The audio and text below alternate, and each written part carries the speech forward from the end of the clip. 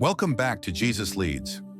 In today's video, we'll be diving into Genesis chapters 41 through 50.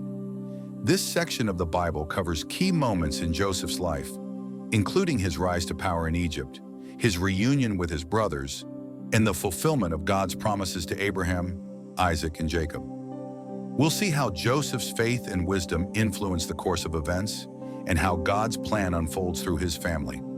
Let's dive in and explore these powerful chapters together. Chapter 41, Pharaoh's Dream and Joseph's Rise to Power. Then it came to pass at the end of 2 full years that Pharaoh had a dream, and behold, he stood by the river. Suddenly there came up out of the river 7 cows, fine-looking and fat, and they fed in the meadow. Then behold, 7 other cows came up after them out of the river, ugly and gaunt, and stood by the other cows on the bank of the river. And the ugly and gaunt cows ate up the 7 fine-looking and fat cows. So Pharaoh awoke. He slept and dreamed a second time, and suddenly 7 heads of grain came up on one stalk, plump and good. Then behold, 7 thin heads, blighted by the east wind, sprang up after them. And the 7 thin heads devoured the 7 plump and full heads. So Pharaoh awoke, and indeed it was a dream. Now it came to pass in the morning that his spirit was troubled, and he sent and called for all the magicians of Egypt and all its wise men. And Pharaoh told them his dreams, but there was no one who could interpret them for Pharaoh. Then the chief butler spoke to Pharaoh, saying, I remember my faults this day, when Pharaoh was angry with his servants and put me in custody in the house of the captain of the guard. Both me and the chief baker, we each had a dream in one night, he and I. Each of us dreamed according to the interpretation of his own dream. Now there was a young Hebrew man with us there, a servant of the captain of the guard. And we told him, and he interpreted our dreams for us. To each man he interpreted according to his own dream. And it came to pass, just as he interpreted for us, so it happened. He restored me to my office, and he hanged him. Then Pharaoh sent and called Joseph, and they brought him quickly out of the dungeon. And he shaved, changed his clothes, and came to Pharaoh. And Pharaoh said to Joseph, I have had a dream, and there is no one who can interpret it. But I have heard it said of you that you can understand a dream, to interpret it. So Joseph answered Pharaoh, saying, It is not in me. God will give Pharaoh an answer of peace. Then Pharaoh said to Joseph, Behold, in my dream I stood on the bank of the river, and suddenly 7 cows came up out of the river, fine-looking and fat, and they fed in the meadow. Then behold, 7 other cows came up after them, poor and very ugly and gaunt, such as I have never seen in all the land of Egypt. And the gaunt and ugly cows ate up the first 7, the fat cows. When they had eaten them up, no one would have known that they had eaten them, for they were just as ugly as at the beginning. So I awoke. Also I saw in my dream, and suddenly 7 heads of grain came up on one stalk, plump and good. Then behold, 7 thin heads, blighted by the east wind, sprang up after them. And the thin heads devoured the 7 good heads. So I told this to the magicians, but there was no one who could explain it to me. Then Joseph said to Pharaoh, The dreams of Pharaoh are one. God has shown Pharaoh what he is about to do. The 7 good cows are 7 years, and the 7 good heads are 7 years. The dreams are one. And the 7 thin and ugly cows which came up after them are 7 years. And the 7 empty heads blighted by the east wind are 7 years of famine. This is the thing which I have spoken to Pharaoh. God has shown Pharaoh what he is about to do. Indeed, 7 years of great plenty will come throughout all the land of Egypt. But after them 7 years of famine will arise, and all the plenty will be forgotten in the land of Egypt, and the famine will deplete the land. The plenty will not be known in the land because of the famine following, for it will be very severe. And the dream was repeated to Pharaoh twice because the thing is established by God, and God will shortly bring it to pass. Now therefore let Pharaoh select a discerning and wise man, and set him over the land of Egypt. Let Pharaoh do this, and let him appoint officers over the land, to collect 1/5 of the produce of the land of Egypt in the 7 plentiful years. And let them gather all the food of those good years that are coming, and store up grain under the authority of Pharaoh, and let them keep food in the cities. Then that food shall be as a reserve for the land for the 7 years of famine, which shall be in the land of Egypt. that the land may not perish during the famine. So the advice was good in the eyes of Pharaoh and in the eyes of all his servants. And Pharaoh said to his servants, "Can we find such a one as this, a man in whom is the Spirit of God?" Then Pharaoh said to Joseph, "Inasmuch as God has shown you all this, there is no one as discerning and wise as you. You shall be over my house, and all my people shall be ruled according to your word. Only in regard to the throne will I be greater than you." And Pharaoh said to Joseph, "See, I have set you over all the land of Egypt." Then Pharaoh took his signet ring off his hand and put it on Joseph's hand. And he clothed him in garments of fine linen and put a gold chain around his neck. And he had him ride in the second chariot which he had. And they cried out before him, "Bow the knee." So he set him over all the land of Egypt. Pharaoh also said to Joseph, "I am Pharaoh, and without your consent no man may lift his hand or foot in all the land of Egypt." And Pharaoh called Joseph's name Zaphnath-Paneah. He gave him as a wife Asenath, the daughter of Potiphera, priest of On. So Joseph went out over all the land of Egypt. Joseph was 30 years old when he stood before Pharaoh, king of Egypt. And Joseph went out from the presence of Pharaoh and went throughout all the land of Egypt. Now in the 7 plentiful years the ground brought forth abundantly. So he gathered up all the food of the 7 years which were in the land of Egypt, and laid up the food in the cities. He laid up in every city the food of the fields which surrounded them. Joseph gathered very much grain, as the sand of the sea, until he stopped counting, for it was immeasurable. First, in this chapter, Joseph's ability to interpret Pharaoh's dreams leads to his elevation to a position of great power in Egypt. He wisely prepares for the coming famine by storing grain during the 7 years of plenty. Pharaoh's trust in Joseph and his God-given wisdom demonstrates the power of faithfulness and integrity in God's plan, even in challenging circumstances. This chapter reminds us that God's purpose and timing are perfect, and He can elevate us in unexpected ways for His glory. Chapter 42, Joseph's brothers. Go to Egypt. When Jacob saw that there was grain in Egypt, Jacob said to his sons, "Why do you look at one another?" And he said, "I have heard that there is grain in Egypt. Go down to that place and buy for us there, that we may live and not die." So Joseph's 10 brothers went down to buy grain in Egypt. But Jacob did not send Joseph's brother Benjamin with his brothers, for he said, "Lest some calamity befall him." And the sons of Israel went to buy grain among those who journeyed, for the famine was in the land of Canaan. Now Joseph was governor over the land, and it was he who sold to all the people of the land. And Joseph's brothers came and bowed down before him with their faces to the earth. Joseph saw his brothers and recognized them, but he acted as a stranger to them and spoke roughly to them. Then he said to them, "Where do you come from?" And they said, "From the land of Canaan to buy food." So Joseph recognized his brothers, but they did not recognize him. Then Joseph remembered the dreams which he had dreamed about them, and said to them, "You are spies. You have come to see the nakedness of the land." And they said to him, "No, my lord, but your servants have come to buy food. We are all one man's sons. We are honest men. Your servants are not spies." But he said to them, "No, but you have come to see the nakedness of the land." And they said, "Your servants are 12 brothers, the sons of one man in the land of Canaan. And in fact, the youngest is with our father today, and one is no more." But Joseph said to them, "It is as I spoke to you, saying, 'You are spies.' In this manner you shall be tested. By the life of Pharaoh, you shall not leave this place unless your youngest brother comes here. Send one of you, and let him bring your brother, and you shall be kept in prison, that your words may be tested to see whether there is any truth in you. Or else, by the life of Pharaoh, surely you are spies." So he put them all together in prison 3 days. Then Joseph said to them the 3rd day, "Do this and live, for I fear God. If you are honest men, let one of your brothers be confined to your prison house. But you go and carry grain for the famine of your houses, and bring your youngest brother to me, so your words will be verified, and you shall not die." And they did so. Then they said to one another, "We are truly guilty concerning our brother, for we saw the anguish of his soul when he pleaded with us, and we would not hear. Therefore this distress has come upon us." And Reuben answered them, saying, "Did I not speak to you, saying, Do not sin against the boy, and you would not listen? Therefore, behold, his blood is now required of us. But they did not know that Joseph understood them, for he spoke to them through an interpreter. And he turned himself away from them and wept.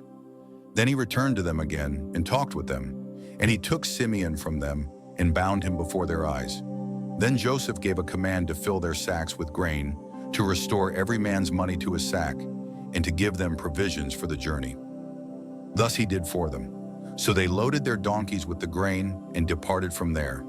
But as one of them opened his sack to give his donkey feed at the encampment, he saw his money, and indeed it was in the mouth of his sack. So he said to his brothers, "My money has been restored, and there it is in my sack." Then their hearts failed them, and they were afraid, saying to one another, "What is this that God has done to us?" When they came to Jacob, their father in the land of Canaan, they told him all that had happened to them, saying, "The man who is Lord of the land spoke roughly to us and took us for spies of the country. But we said to him, 'We are honest men. We are not spies. We are 12 brothers, sons of our father. One is no more, and the youngest is with our father today in the land of Canaan.' Then the man, the Lord of the country, said to us, 'By this I will know that you are honest men. Leave one of your brothers here with me. Take food for the famine of your households and be gone, and bring your youngest brother to me, so I shall know that you are not spies, but that you are honest men. I will grant your brother to you, and you may trade in the land.' Then it happened as they emptied their sacks, that surprisingly each man's bundle of money was in his sack. And when they and their father saw the bundles of money, they were afraid. And Jacob their father said to them, 'You have bereaved me. Joseph is no more, Simeon is no more, and you want to take Benjamin. All these things are against me.' Then Reuben spoke to his father, saying, 'Kill my 2 sons if I do not bring him back to you. Put him in my hands, and I will bring him back to you.' But Jacob said, 'My son shall not go down with you, for his brother is dead, and he is left alone. If any calamity should befall him along the way in which you go, then you would bring down my gray hair with sorrow to the grave.'"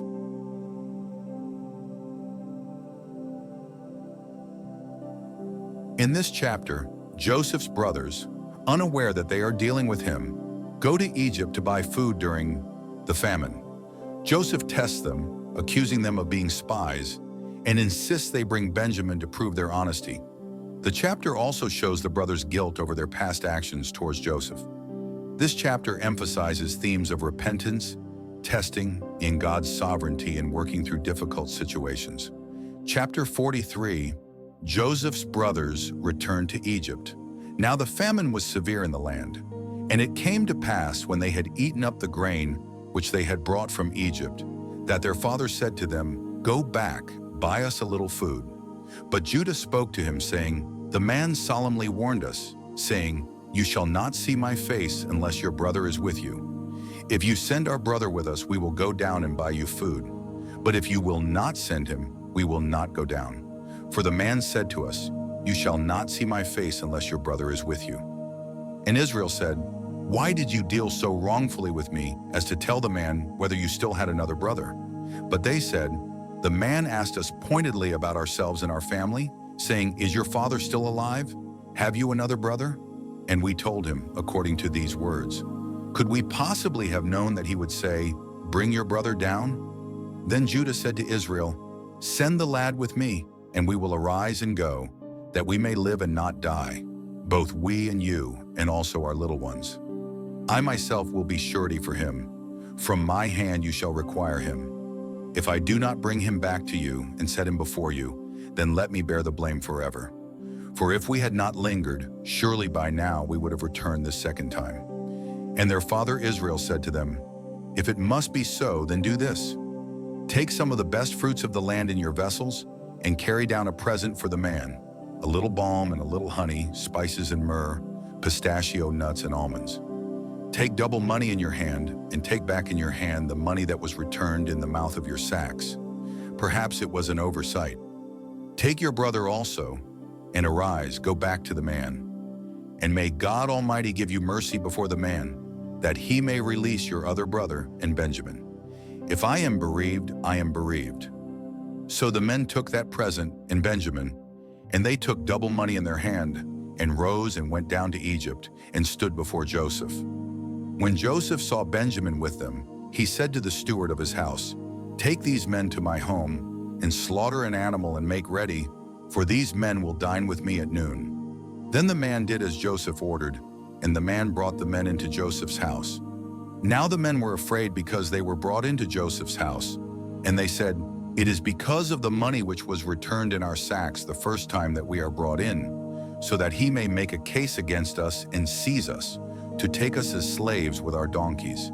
When they drew near to the steward of Joseph's house, they talked with him at the door of the house and said, "Oh, sir, we indeed came down the first time to buy food.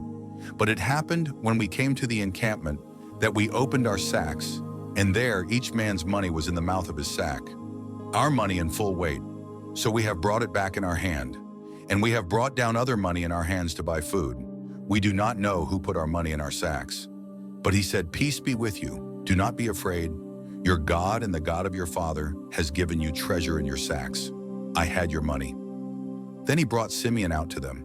So the man brought the men into Joseph's house and gave them water, and they washed their feet, and he gave their donkeys feed. Then they made the present ready for Joseph's coming at noon, for they heard that they would eat bread there. And when Joseph came home, they brought him the present which was in their hand into the house, and bowed down before him to the earth. Then he asked them about their well-being, and said, "Is your father well? The old man of whom you spoke, is he still alive?" And they answered, "Your servant, our father, is in good health. He is still alive." And they bowed their heads down and prostrated themselves. Then he lifted his eyes and saw his brother Benjamin, his mother's son, and said, "Is this your younger brother of whom you spoke to me?" And he said, "God be gracious to you, my son." Now his heart yearned for his brother, so Joseph made haste and sought somewhere to weep. And he went into his chamber and wept there. Then he washed his face and came out, and he restrained himself and said, "Serve the bread." So they set him a place by himself, and them by themselves, and the Egyptians who ate with him by themselves, because the Egyptians could not eat food with the Hebrews, for that is an abomination to the Egyptians. And they sat before him, the firstborn according to his birthright, and the youngest according to his youth. And the men looked in astonishment at one another. Then he took servings to them from before him, but Benjamin's serving was 5 times as much as any of theirs. So they drank and were merry with him.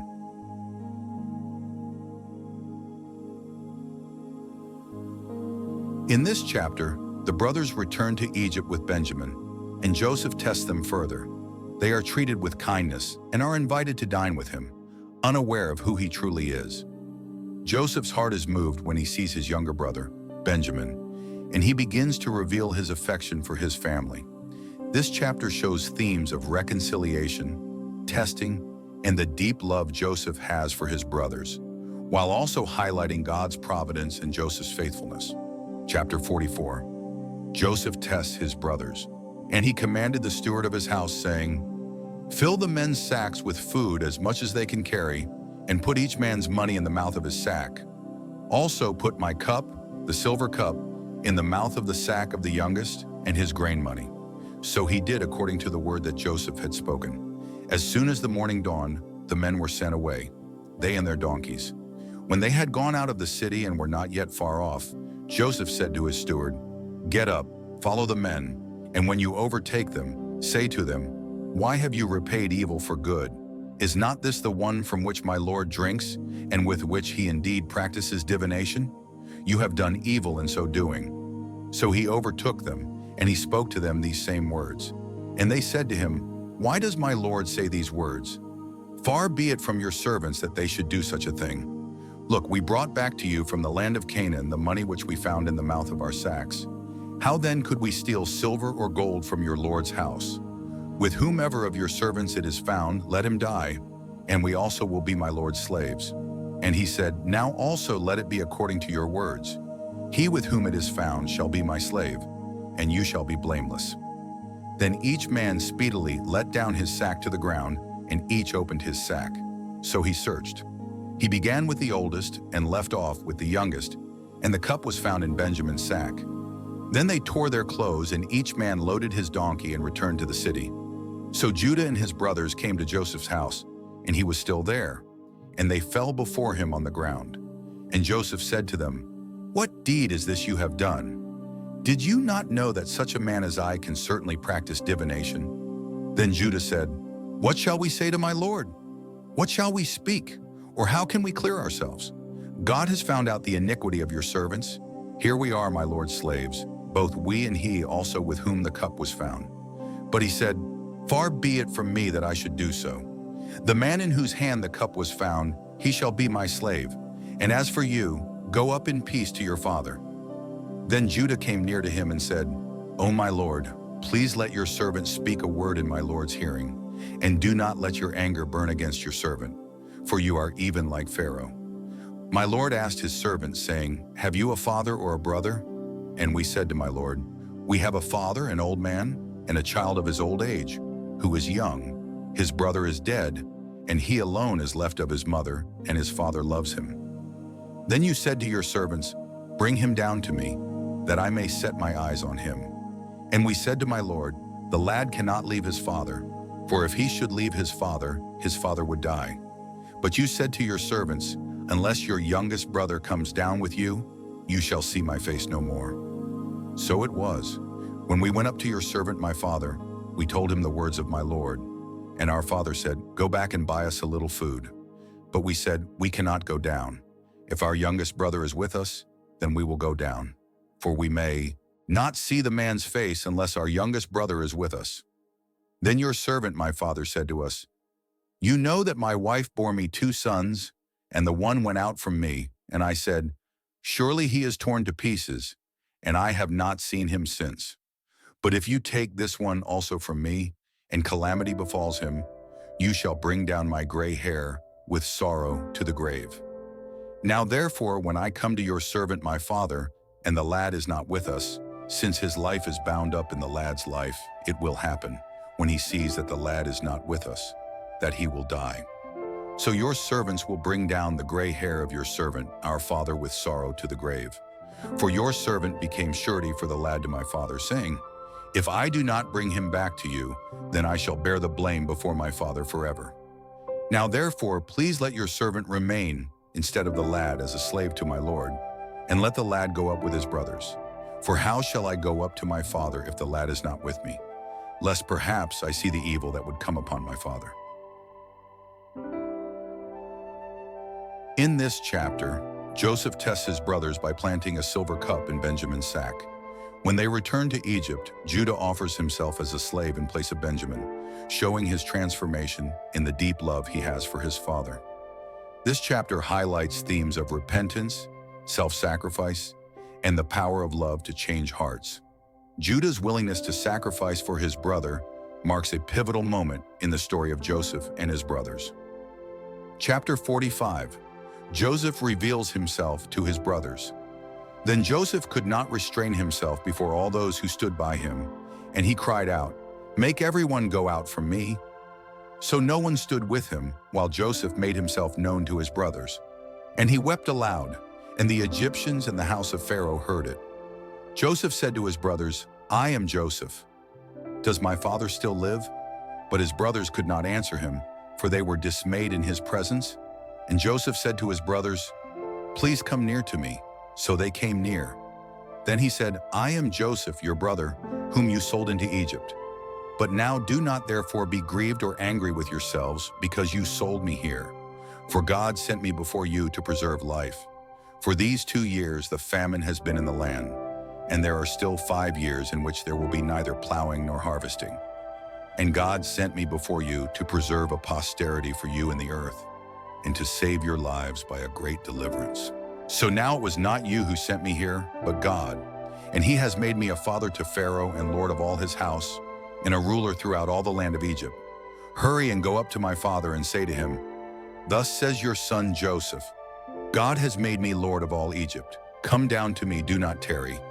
You shall dwell in the land of Goshen, and you shall be near to me, you and your children, your children's children, your flocks and your herds, and all that you have. There I will provide for you, lest you and your household and all that you have come to poverty, for there are still 5 years of famine.' And behold, your eyes and the eyes of my brother Benjamin see that it is my mouth that speaks to you. So you shall tell my father of all my glory in Egypt, and of all that you have seen, and you shall hurry and bring my father down here. Then he fell on his brother Benjamin's neck and wept, and Benjamin wept on his neck.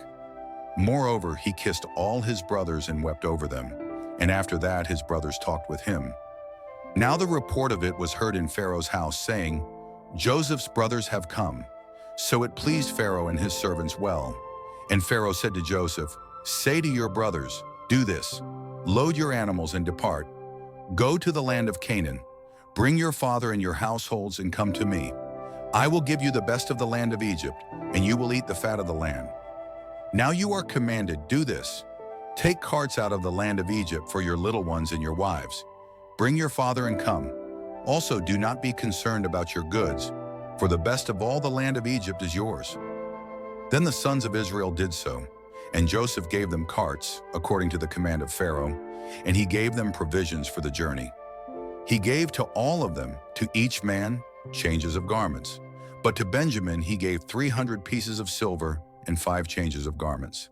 And he sent to his father these things, 10 donkeys loaded with the good things of Egypt, and 10 female donkeys loaded with grain, bread, and food for his father for the journey. So he sent his brothers away, and they departed. And he said to them, See that you do not become troubled along the way. Then they went up out of Egypt, and came to the land of Canaan to Jacob their father. And they told him, saying, Joseph is still alive, and he is governor over all the land of Egypt. And Jacob's heart stood still, because he did not believe them. But when they told him all the words which Joseph had said to them, and when he saw the carts which Joseph had sent to carry him, the spirit of Jacob, their father, revived. Then Israel said, It is enough. Joseph, my son, is still alive. I will go and see him before I die. In this chapter, Joseph finally reveals his true identity to his brothers, and they are overwhelmed with shock and emotion. Joseph reassures them that their actions were part of God's greater plan to save lives during the famine. He invites his family to come to Egypt, offering them a place of abundance and provision. This chapter highlights themes of forgiveness, reconciliation, and God's sovereignty in using even difficult circumstances for his purposes. Chapter 46. Jacob's journey to Egypt. So Israel took his journey with all that he had and came to Beersheba and offered sacrifices to the God of his father Isaac. Then God spoke to Israel in the visions of the night and said, Jacob, Jacob, and he said, Here I am. So he said, I am God, the God of your father. Do not fear to go down to Egypt, for I will make of you a great nation there. I will go down with you to Egypt, and I will also surely bring you up again, and Joseph will put his hand on your eyes. Then Jacob arose from Beersheba, and the sons of Israel carried their father Jacob, their little ones and their wives, in the carts which Pharaoh had sent to carry him. So they took their livestock and their goods, which they had acquired in the land of Canaan, and went to Egypt, Jacob and all his descendants with him, his sons and his sons' sons, his daughters and his sons' daughters, and all his descendants he brought with him to Egypt. Now these were the names of the children of Israel, Jacob and his sons, who went to Egypt. Reuben was Jacob's firstborn. The sons of Reuben were Hanok, Palu, Hezron, and Carmi. The sons of Simeon were Jemuel, Jamin, Ohad, Jachin, Zohar, and Shaul, the son of a Canaanite woman. The sons of Levi were Gershon, Kohath, and Merari. The sons of Judah were Er, Onan, Shelah, Perez, and Zerah. But Er and Onan died in the land of Canaan. The sons of Perez were Hezron and Hamul. The sons of Issachar were Tola, Phuva, Job, and Shimron. The sons of Zebulun were Sered, Elon, and Jalil. These were the sons of Leah, whom she bore to Jacob in Padan Aram, with his daughter Dinah. All the persons of his sons and his daughters were 33. The sons of Gad were Ziphion, Hagi, Shuni, Esbon, Eri, Arodi, and Areli. The sons of Asher were Imnah, Ishva, Ishvi, and Beriah, and their sister was Sarah. The sons of Beriah were Heber and Malchal. These were the sons of Zilpah, whom Laban gave to Leah his daughter, and these she bore to Jacob. 16 persons. The sons of Rachel, Jacob's wife, were Joseph and Benjamin. And to Joseph in the land of Egypt were born Manasseh and Ephraim, whom Asenath, the daughter of Potipharah, priest of On, bore to him. The sons of Benjamin were Bela, Becher, Ashbel, Gera, Naaman, Ahi, Rosh, Muppim, Hupim, and Ard. These were the sons of Rachel, who were born to Jacob, 14 persons in all. The son of Dan was Hushim. The sons of Naphtali were Jeziel, Guni, Jezer, and Shillem. These were the sons of Bilhah, whom Laban gave to Rachel his daughter, and she bore these to Jacob, 7 persons in all. All the persons who went with Jacob to Egypt, who came from his body, besides Jacob's sons' wives, were 66 persons in all. And the sons of Joseph, who were born to him in Egypt, were 2 persons. All the persons of the house of Jacob, who went to Egypt, were 70. Now he sent Judah before him to Joseph, to point out before him the way to Goshen, and they came to the land of Goshen. So Joseph made ready his chariot and went up to Goshen to meet his father Israel. And he presented himself to him and fell on his neck and wept on his neck a good while. And Israel said to Joseph, "Now let me die, since I have seen your face, because you are still alive." Then Joseph said to his brothers and to his father's household, "I will go up and tell Pharaoh and say to him, 'My brothers and those of my father's house, who were in the land of Canaan, have come to me. And the men are shepherds, for their occupation has been to feed livestock. And they have brought their flocks, their herds, and all that they have. So it shall be, when Pharaoh calls you and says, "What is your occupation?" that you shall say, "Your servant's occupation has been with livestock from our youth, even till now, both we and also our fathers, that you may dwell in the land of Goshen, for every shepherd is an abomination to the Egyptians." In this chapter, Jacob and his family journey to Egypt, and Joseph is reunited with his father after many years. This chapter marks a significant turning point as God's plan for Jacob's descendants begins to unfold. Joseph's wisdom in preparing for their arrival in Egypt ensures they are well received, and the family is granted land in Goshen. The chapter highlights themes of faith, family, and God's providence in guiding his people to the place where he has prepared for them. Chapter 47, Jacob and his family settling in Egypt. Then Joseph went and told Pharaoh and said, "My father and my brothers, their flocks and their herds, and all that they have come from the land of Canaan. And indeed they are in the land of Goshen." And he took 5 men from among his brothers and presented them to Pharaoh. Then Pharaoh said to his brothers, "What is your occupation?" And they said to Pharaoh, "Your servants are shepherds, both we and also our fathers." And they said to Pharaoh, "We have come to dwell in the land, because your servants have no pasture for their flocks, for the famine is severe in the land of Canaan. Now therefore, please let your servants dwell in the land of Goshen." Then Pharaoh spoke to Joseph, saying, "Your father and your brothers have come to you. The land of Egypt is before you. Have your father and brothers dwell in the best of the land? Let them dwell in the land of Goshen. And if you know any competent men among them, then make them chief herdsmen over my livestock." Then Joseph brought in his father Jacob and set him before Pharaoh, and Jacob blessed Pharaoh. Pharaoh said to Jacob, "How old are you?" And Jacob said to Pharaoh, "The days of the years of my pilgrimage are 130 years. Few and evil have been the days of the years of my life, and they have not attained to the days of the years of the life of my fathers in the days of their pilgrimage." So Jacob blessed Pharaoh and went out from before Pharaoh. Joseph situated his father and his brothers and gave them a possession in the land of Egypt, in the best of the land, in the land of Ramesses, as Pharaoh had commanded. Then Joseph provided his father, his brothers, and all his father's household with bread, according to the number in their families. Now there was no bread in all the land, for the famine was very severe, so that the land of Egypt and the land of Canaan languished because of the famine. And Joseph gathered up all the money that was found in the land of Egypt and in the land of Canaan, for the grain which they bought, and Joseph brought the money into Pharaoh's house. So when the money failed in the land of Egypt and in the land of Canaan, all the Egyptians came to Joseph and said, "Give us bread, for why should we die in your presence? For the money has failed." Then Joseph said, "Give your livestock, and I will give you bread for your livestock, if the money is gone." So they brought their livestock to Joseph, and Joseph gave them bread in exchange for the horses, the flocks of sheep, the herds of cattle, and the donkeys. Thus he fed them with bread in exchange for all their livestock that year. When that year had ended, they came to him the next year and said to him, "We will not hide from my lord that our money is gone. My lord also has our herds of livestock. There is nothing left in the sight of my lord but our bodies and our lands. Why should we die before your eyes, both we and our land? Buy us and our land for bread, and we and our land will be servants of Pharaoh. Give us seed that we may live and not die, that the land may not be desolate." Then Joseph bought all the land of Egypt for Pharaoh, for every man of the Egyptians sold his field, because the famine was severe upon them. So the land became Pharaoh's, and as for the people, he moved them into the cities, from one end of the borders of Egypt to the other end. Only the land of the priests he did not buy, for the priests had rations allotted to them by Pharaoh, and they ate their rations which Pharaoh gave them. Therefore they did not sell their lands. Then Joseph said to the people, "Indeed, I have bought you and your land this day for Pharaoh. Look, here is seed for you, and you shall sow the land. And it shall come to pass that in the harvest you shall give 1/5 to Pharaoh.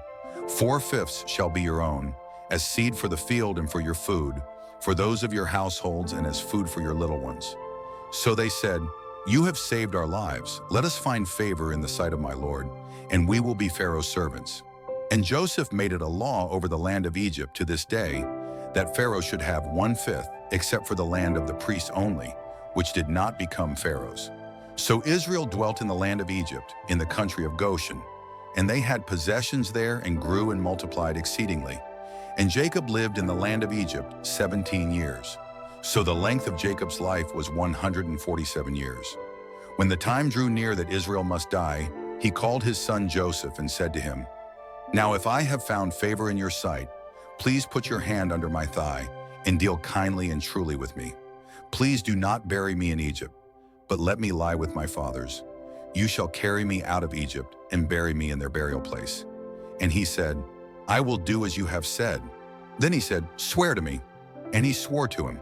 So Israel bowed himself on the head of the bed.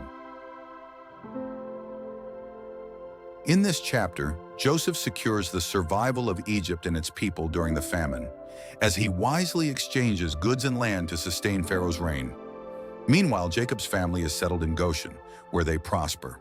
The chapter shows God's providence and Joseph's leadership, as well as Jacob's final request to be buried with his ancestors in Canaan, signaling the end of an era. This chapter reminds us that God works through difficult circumstances to bring about his plans, and that faith and integrity lead to long-lasting blessings. Chapter 48, Jacob blesses Ephraim and Manasseh. Now it came to pass after these things that Joseph was told, "Indeed, your father is sick." And he took with him his 2 sons, Manasseh and Ephraim. And Jacob was told, "Look, your son Joseph is coming to you." And Israel strengthened himself and sat up on the bed. Then Jacob said to Joseph, "God Almighty appeared to me at Luz in the land of Canaan and blessed me, and said to me, 'Behold, I will make you fruitful and multiply you, and I will make of you a multitude of people, and give this land to your descendants after you as an everlasting possession.' And now your 2 sons, Ephraim and Manasseh, who were born to you in the land of Egypt before I came to you in Egypt, are mine. As Reuben and Simeon, they shall be mine. Your offspring, whom you beget after them, shall be yours. They will be called by the name of their brothers in their inheritance. But as for me, when I came from Padan, Rachel died beside me in the land of Canaan on the way, when there was but a little distance to go to Ephrath, and I buried her there on the way to Ephrath, that is, Bethlehem. Then Israel saw Joseph's sons and said, 'Who are these?' Joseph said to his father, 'They are my sons whom God has given me in this place.' And he said, 'Please bring them to me, and I will bless them.' Now the eyes of Israel were dim with age, so that he could not see. Then Joseph brought them near him, and he kissed them and embraced them. And Israel said to Joseph, 'I had not thought to see your face, but in fact, God has also shown me your offspring.' So Joseph brought them from beside his knees, and he bowed down with his face to the earth. And Joseph took them both, Ephraim with his right hand toward Israel's left hand, and Manasseh with his left hand toward Israel's right hand, and brought them near him. Then Israel stretched out his right hand and laid it on Ephraim's head, who was the younger, and his left hand on Manasseh's head, guiding his hands knowingly, for Manasseh was the firstborn. And he blessed Joseph and said, God, before whom my fathers Abraham and Isaac walked, the God who has fed me all my life long to this day, the angel who has redeemed me from all evil. Bless the lads, let my name be named upon them, and the name of my fathers Abraham and Isaac, and let them grow into a multitude in the midst of the earth. Now when Joseph saw that his father laid his right hand on the head of Ephraim, it displeased him. So he took hold of his father's hand to remove it from Ephraim's head to Manasseh's head. And Joseph said to his father, Not so, my father, for this one is the firstborn. Put your right hand on his head. But his father refused and said, I know, my son, I know. He also shall become a people, and he also shall be great. But truly his younger brother shall be greater than he, and his descendants shall become a multitude of nations. So he blessed them that day, saying, By you Israel will bless, saying, May God make you as Ephraim and as Manasseh. And thus he set Ephraim before Manasseh. Then Israel said to Joseph, Behold, I am dying, but God will be with you and bring you back to the land of your fathers. Moreover, I have given to you one portion above your brothers, which I took from the hand of the Amorite with my sword and my bow. In this chapter, Jacob blesses Joseph's two sons, Ephraim and Manasseh, giving the younger Ephraim a greater blessing than the elder Manasseh. This act foreshadows the future prominence of Ephraim's descendants. Jacob also reaffirms God's promises to him and his family, passing on the blessings of the patriarchs to Joseph's children.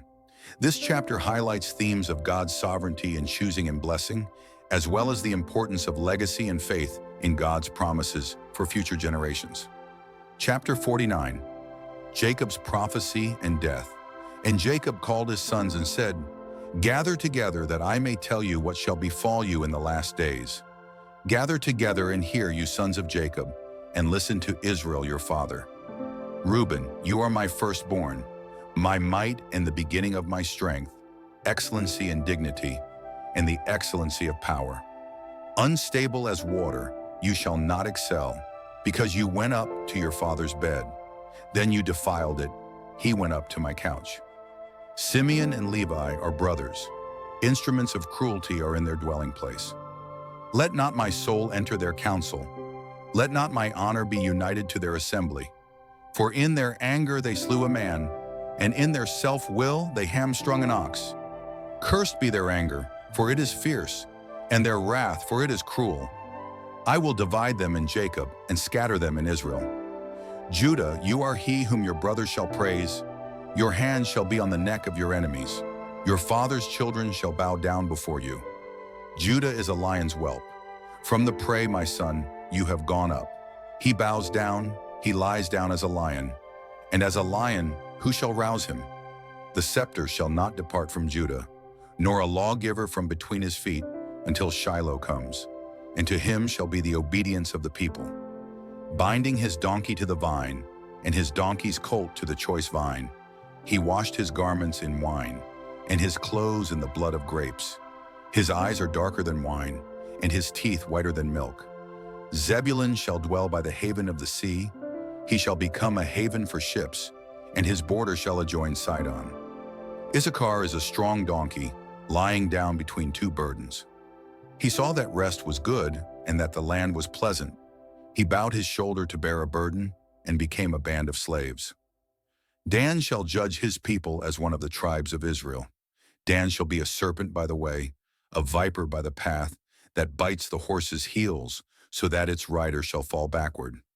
I have waited for your salvation, O Lord. Gad a troop shall tramp upon him, but he shall triumph at last.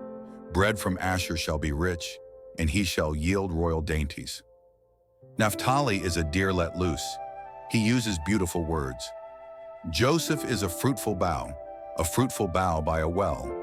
His branches run over the wall. The archers have bitterly grieved him, shot at him and hated him. But his bow remained in strength, and the arms of his hands were made strong by the hands of the mighty God of Jacob.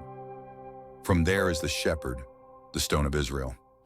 By the God of your father who will help you, and by the Almighty who will bless you with blessings of heaven above, blessings of the deep that lies beneath, blessings of the breasts and of the womb. The blessings of your father have excelled the blessings of my ancestors, up to the utmost bound of the everlasting hills. They shall be on the head of Joseph and on the crown of the head of him who was separate from his brothers. Benjamin is a ravenous wolf. In the morning he shall devour the prey, and at night he shall divide the spoil. All these are the 12 tribes of Israel, and this is what their father spoke to them. And he blessed them. He blessed each one according to his own blessing. Then he charged them and said to them, I am to be gathered to my people. Bury me with my fathers in the cave that is in the field of Ephron the Hittite, in the cave that is in the field of Machpelah, which is before Mamre in the land of Canaan, which Abraham bought with the field of Ephron the Hittite as a possession for a burial place. There they buried Abraham and Sarah his wife. There they buried Isaac and Rebekah his wife, and there I buried Leah. The field and the cave that is there were purchased from the sons of Heth. And when Jacob had finished commanding his sons, he drew his feet up into the bed and breathed his last, and was gathered to his people. In this chapter, Jacob blesses each of his 12 sons with a prophetic word, highlighting their character and the future of their descendants. Judah receives the blessing of leadership, and Joseph is blessed with prosperity and strength. The chapter reveals God's plan for the 12 tribes of Israel and sets the stage for the future of God's people. Jacob's final words and blessings remind us of God's faithfulness in carrying out his promises, even through difficult circumstances. Chapter 50, the death of Jacob and Joseph. Then Joseph fell on his father's face and wept over him and kissed him. And Joseph commanded his servants, the physicians, to embalm his father. So the physicians embalmed Israel. 40 days were required for him, for such are the days required for those who are embalmed. And the Egyptians mourned for him 70 days. Now when the days of his mourning were past, Joseph spoke to the household of Pharaoh, saying, If now I have found favor in your eyes, please speak in the hearing of Pharaoh, saying, My father made me swear, saying, Behold, I am dying. In my grave, which I dug for myself in the land of Canaan, there you shall bury me. Now therefore, please let me go up and bury my father, and I will come back. And Pharaoh said, Go up and bury your father, as he made you swear. So Joseph went up to bury his father, and with him went up all the servants of Pharaoh, the elders of his house and all the elders of the land of Egypt, as well as all the house of Joseph, his brothers, and his father's house. Only their little ones, their flocks, and their herds they left in the land of Goshen. And there went up with him both chariots and horsemen, and it was a very great gathering. Then they came to the threshing floor of Atad, which is beyond the Jordan, and they mourned there with a great and very solemn lamentation. He observed 7 days of mourning for his father. And when the inhabitants of the land, the Canaanites, saw the mourning at the threshing floor of Atad, they said, This is a deep mourning of the Egyptians. Therefore its name was called Abel Mizraim, which is beyond the Jordan. So his sons did for him just as he had commanded them. For his sons carried him to the land of Canaan and buried him in the cave of the field of Machpelah before Mamre, which Abraham bought with the field from Ephron the Hittite as property for a burial place. There they buried Abraham and Sarah his wife. There they buried Isaac and Rebekah his wife. And there I buried Leah. The purchase of the field and of the cave that is in it was from the sons of Heth. And after he had buried his father, Joseph returned to Egypt, he and his brothers and all who went up with him to bury his father. When Joseph's brothers saw that their father was dead, they said, Perhaps Joseph will hate us and may actually repay us for all the evil which we did to him. So they sent messengers to Joseph, saying, Before your father died, he commanded, saying, Thus you shall say to Joseph, I beg you, please forgive the trespass of your brothers and their sin, for they did evil to you. Now please forgive the trespass of the servants of the God of your father. And Joseph wept when they spoke to him. Then his brothers also went and fell down before his face, and they said, Behold, we are your servants.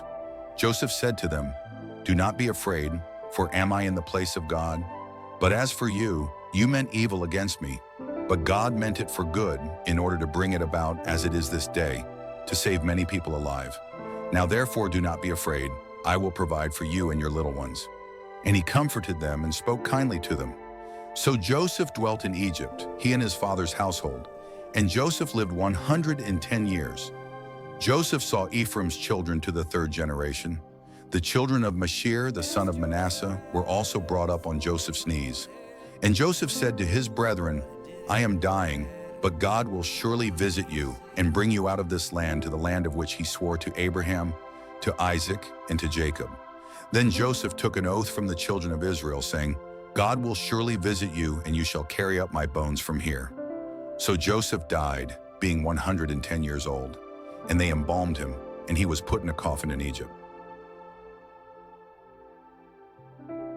In the final chapter of Genesis, we see the resolution of the family story as Joseph reassures his brothers and forgives them for their past wrongs. He acknowledges that God used their actions for good, fulfilling his promise to bring salvation. Joseph's death marks the end of one era and the beginning of another for the Israelites. His final request to have his bones carried out of Egypt reflects his unwavering faith in God's promises. This chapter highlights themes of reconciliation, forgiveness, and the continuing faithfulness of God. The book of Genesis begins with the creation of the world and ends with the story of Joseph and his brothers. It introduces us to the foundational figures of the faith, such as Abraham, Isaac, Jacob, and Joseph, and lays the groundwork for the nation of Israel. Through stories of faith, obedience, and God's covenant promises, Genesis shows how God works through individuals and families to fulfill his divine plan. It is a book of beginnings, creation, sin, redemption, and the promise of a future nation. Genesis reveals God's sovereignty, his faithfulness to his promises, and his ability to bring good out of difficult and painful circumstances. As we conclude this study of Genesis, we are reminded of God's constant presence and his ongoing work in the lives of his people, no matter the trials they face. Thank you for watching. If you enjoyed this video and found it helpful, be sure to like, comment, and subscribe to Jesus Leads for more Bible studies. Stay tuned for more chapters as we continue to dive deep into the Word of God.